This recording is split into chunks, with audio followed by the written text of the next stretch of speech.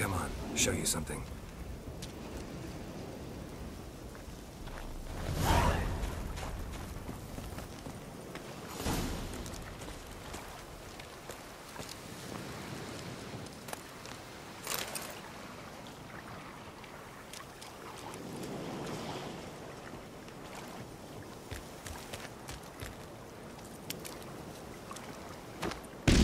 Witcher's trick for tough winters.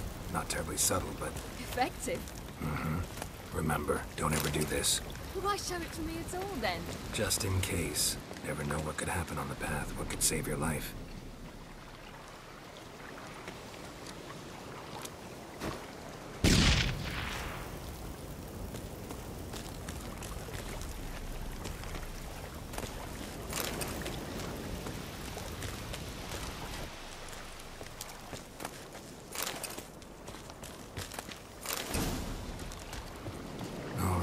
Let's go. Who taught you that? Vesemir. A long time ago. How long? Very. Back when I wanted to call myself Geralt Roger Eric Duot Belagarcy. What? Tell you about it tonight. And about the time you broke your leg after wagering you jump off the roof of Kaer Morhen and land a horse's back? How do you even know about that? Eskel told me. But I want to hear you tell it. I'm certain you have a rational explanation.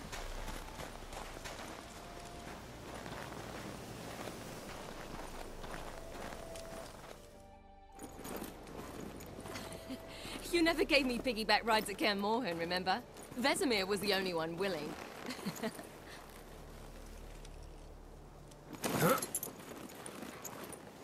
Had to wait till now to remind me? You've put on some weight since Kaer Morhen.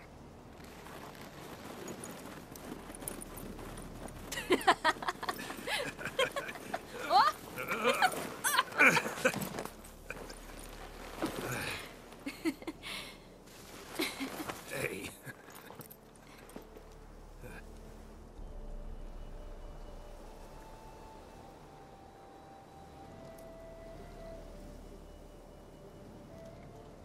Ciri. We should get back.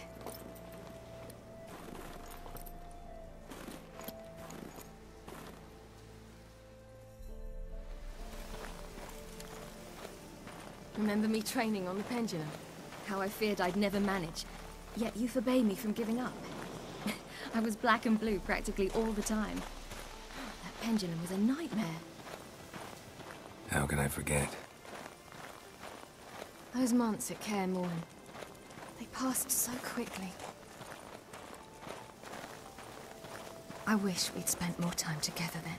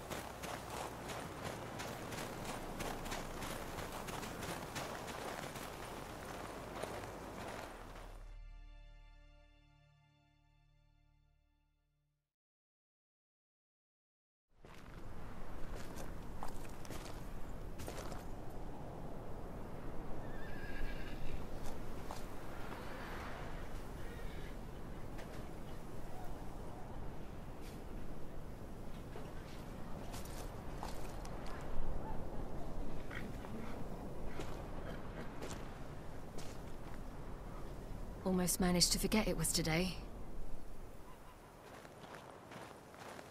They're here for me, Geralt. I'm going to Nilfgaard, to Ymir.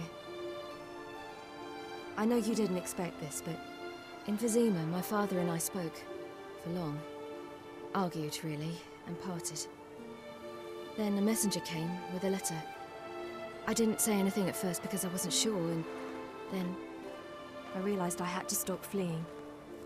I realized that if I wish to change anything, I cannot do so hunting monsters round forgotten villages. I must do so from there, from Nilfgaard.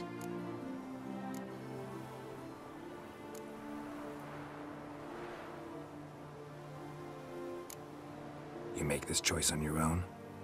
If you mean to suggest Yennefer had anything to do with this, then the answer is no. Great. She even know? No. And I'd prefer she not get involved this time. I'll let you tell her that. You could have told me, warned me. I wanted to, but I didn't know how. I've been happy here. I was afraid I'd ruin it. I wanted to make every minute count. So, back at the nest, I was about this. I didn't pry. Didn't want to force you to tell me. Thought we had time. A lot more time.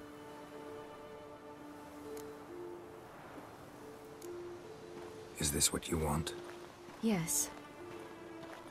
You'll not try to stop me. Take me to the Blue Mountains by force. Traveled half the world to find you, but I never intended to force anything on you. I know. You'll be fine. You're a witcher. We needn't say goodbye.